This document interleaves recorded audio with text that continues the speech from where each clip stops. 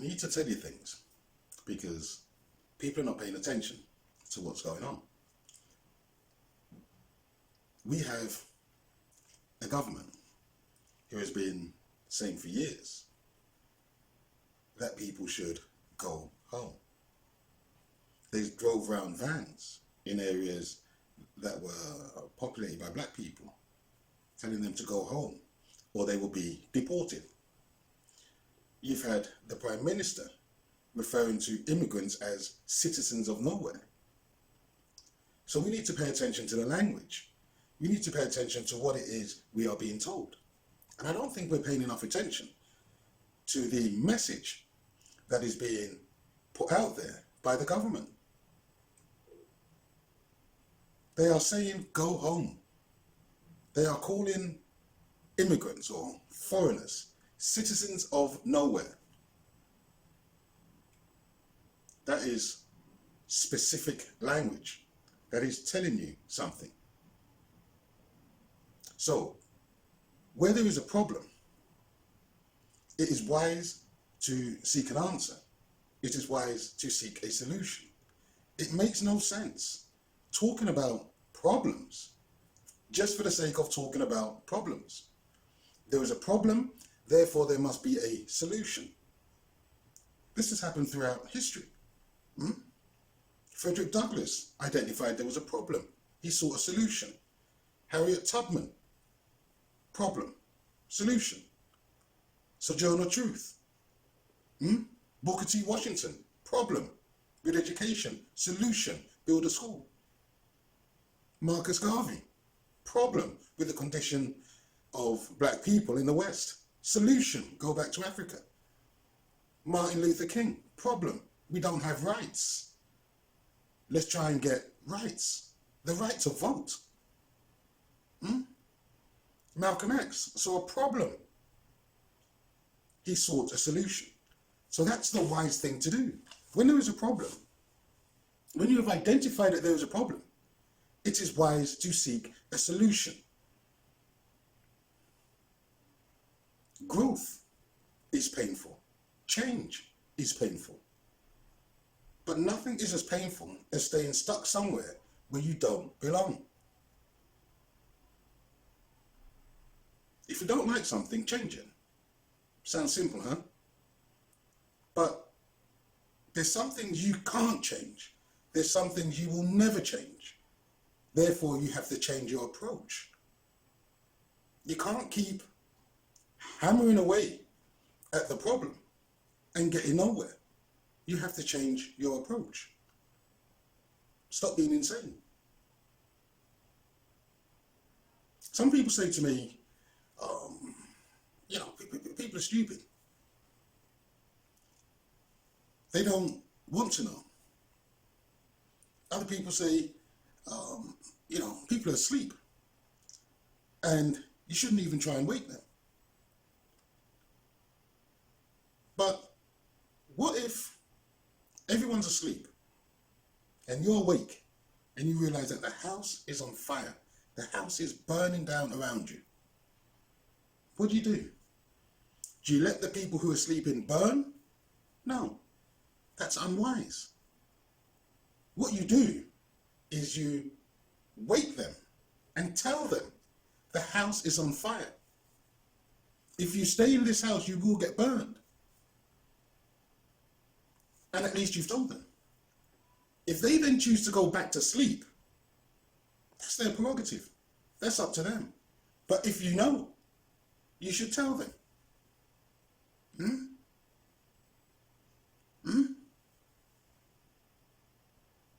I'm going to talk about something that isn't mentioned, but it's very, very important. You've got the European Convention on Human Rights from 1950, and it came into force in 1953. And in that convention, you've got Article 2, which is the right to life. Article 3, the abolition of torture. Article 4, the prohibition of slavery and forced labor. Article 5, the right to liberty and security. Right 6, the right to a fair trial. And that includes to receive free legal assistance if you cannot afford it and it's in the interest of justice. You've got Article 8, the right to respect for private and family life, meaning privacy of your private correspondence, including emails and phone messages. Respect for your family in immigration and deportation matters. You've got freedom of thought, conscience and religion. Article 10, freedom of expression. Article 11, freedom of assembly and association. That means the right to take part in peaceful protests. Article 12, the right to marry. Article 13, the right to an effective remedy if any of your rights have been breached. Article 14, the prohibition of discrimination, including race and sex discrimination. You have protocols. Protocol 1 is the protection of property. Protocol 2, the right to education. Look how many of our youths have been excluded from school. You've got Protocol 4, civil imprisonment, free movement. Article 6, restriction of the death penalty. Article 7 relating to crime and family. Article 12 relating to discrimination. And Article 13, the complete abolition of the death penalty. So this was signed by the British government in 1950. It came into force in 1953. This is after the Second World War. All right. So after the annihilation of millions of people during the Second World War, someone decided that humans should have rights. And I've pondered this conundrum for a very long time. Who or what is deciding that humans can have rights? Isn't that a given? Why specify that humans can have rights? I find it peculiar. But let me continue. You had the Abolition of Slavery Act 1833. That was repealed in 1998. And in 1998, they brought in the Human Rights Act. And its aim was to incorporate into UK law the rights that were contained in the European Convention on Human Rights. And the Act creates a remedy for breach of a convention right available in the UK courts. And this is without the need to go to the European Court of Human Rights in Strasbourg. So the Human Rights Act was to make UK law compatible with the European Convention on Human Rights, which the UK had signed in 1950. So the Human Rights Act was brought in by the Labour government in 1998, okay? But the Conservative government have wanted to overhaul or scrap the Human Rights Act. And this has been policy since 2005. And their reason is to liberate the nation from political correctness. The Supreme Court of England and Wales have also criticised the Human Rights Act, saying it is overused. In 2007, David Cameron vowed to repeal the Human Rights Act if the Conservatives were elected. In 2011, the government set up a commission to investigate the case to scrap the Human Rights Act and bring in a British Bill of Rights. In 2013, the President of the European Court of Human Rights warned the UK could not withdraw from the Convention on Human Rights without jeopardising its membership of the EU. It could not withdraw from the Convention on Human Rights without jeopardising its membership of the EU.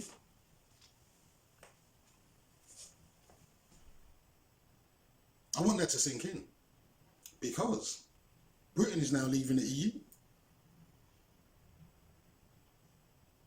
That means they could, if they wanted to, repeal the Human Rights Act. They've already repealed the Abolition of Slavery Act. In 2015, during the election, In the Conservative Party manifesto, they spoke about a British Bill of Rights and said that the new bill would break the formal link between British courts and the European Court of Human Rights. And the Conservative Manifesto of 2017 pledged to retain the Human Rights Act while the process of Brexit is underway.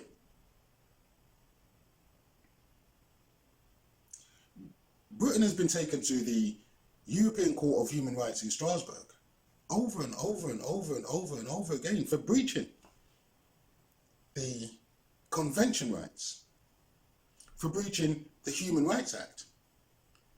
You have human rights lawyers, you have human rights barristers who are taking the UK court, the UK government to court for breaching human rights.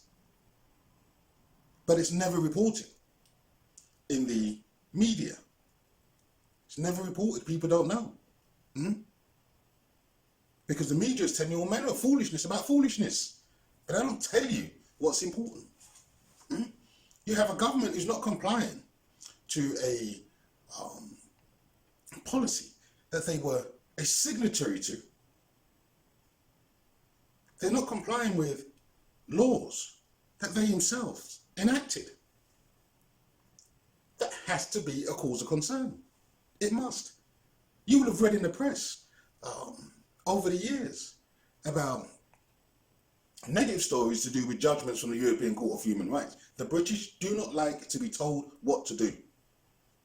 They do not like the fact that there is oversight into their policies by the European Court of Human Rights. They do not like it. And this is why, during the referendum, they're talking about taking back control. They no longer want to be rule takers. They want to be rule makers. And so this is what it means to the British government. They want to take back control. They want to be free to do whatever it is they want and disregard human rights. Now, Britain is leaving the EU in October of this year. So what oversight will there be to the excesses of the British government? There won't be any.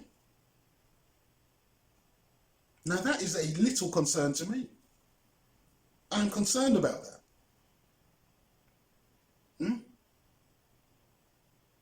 I'm not being paranoid, I'm just paying attention. Because when you look back and look at the laws that have been passed, the British will pass a law for anything. You have to remember that it was the British who instituted slavery in North America. Don't forget that. People may think it was the Americans. It wasn't, it was the British. Because America was a British colony. So during the period of slavery, it was the British who brought in that system into the Americas. It was the British who was the biggest slave traders. You had the European Convention of Human Rights. You had an article against capital punishment. But Britain didn't abolish the death penalty in Britain until 1965. They temporarily suspended it. So up until 1969, there was still the death penalty in this country. It wasn't abolished in Ireland until 1973.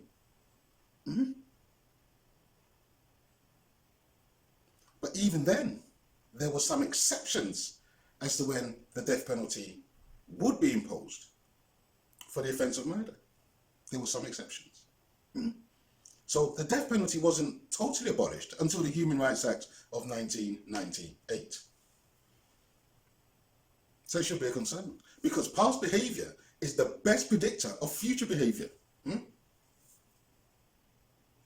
The UK government hates the rules imposed by the EU.